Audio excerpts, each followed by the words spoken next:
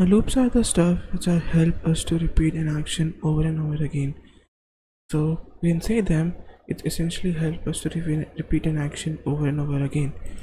Now let's talk about types of loops. Now, as the name suggests, we are looping something. So for that we have for loop, we have while loop, we have do while loop, for in loops, and for off loop. Now these loops are not that used, so essentially you will see people are using for loops and while loops a lot of time, and never do while loop. So let's talk about them one by one. Let's say if I want to repeat, if I want to print a same line of thing multiple times, so what a normal developer do, what he essentially do, he just copy a single line and he just paste that again and again. This is a not good way to do so. We're gonna be using loop to do this action. So let's talk about for loops now. So let's say the for loops are gonna start with this for keyword. Now this for keyword essentially takes an initial expression. The initial expression should be anything. It would be maybe like a keyword, or maybe like a variable. Then we need to specify the condition, and then we can specify increment or decrement expression, and then we can console log something. So let's do the code for this. Let's say I prepared this code for you. Now what this code does is, this code essentially takes a for, and this clause takes first the initial expression. Over here, if you're able to see, this is an initial expression. So in our case, we take an initial expression as a let. So this let is I. Now I can be known as your index, or maybe like your iterator, right? So people can so it's a convention to use I.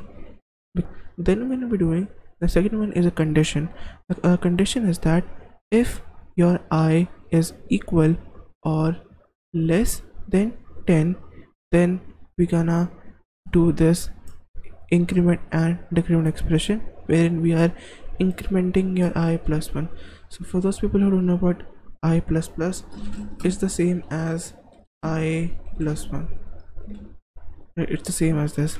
So to essentially save some sort of lines, people normally do in this way, right? So this is the way we're going to be iterating and essentially use for loop. So if I save the code and go to my browser, you will see that it prints hey how are you 10 times, right? So the 10 times is because I indexes the value to 1. So if I do this to maybe like 0, it's gonna do it 11 times, because now it's gonna also counting 0 also, because I'm also adding equal to sign right over here. So it's gonna also including a 0 count in array. So this is the way how we can use for loop. So to show you the thing in more practical way, you can also iterate and see I.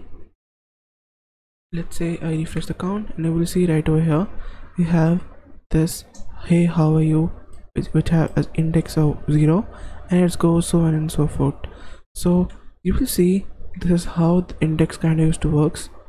And let's say this is the stuff, and if I remove your equal to sign from here, what it does, it just loop through 10, and if it is equals to 10, so it's gonna print till 9. So it's gonna now in this code it's gonna remove this 10. So if I save this up, refresh, you will see it's gonna remove 10, right? So that's how you can do, how you can use for loop. So let's say I will show you in more practical way. Now if I essentially, so we are using let, because we are using let keyword right over here, which means I can easily manipulate your I or index from here.